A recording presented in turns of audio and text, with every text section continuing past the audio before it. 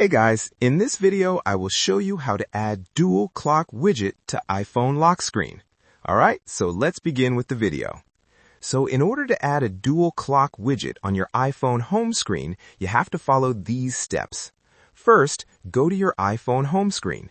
You can either swipe down from the top left corner or open Settings, then scroll down and tap on Wallpaper. From here, tap Customize on your current wallpaper. This will allow you to edit the widgets on your lock screen or home screen. If you see a widget area at the bottom, simply swipe it upward so it's easier to access. Next, tap on the widget area.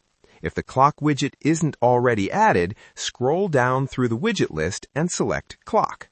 You'll now see several options, including World Clock, City Digital, City Analog, and Next Alarm. Choose City Digital if you want a clear time display for another location. Once you add the city clock, it may default to a random city.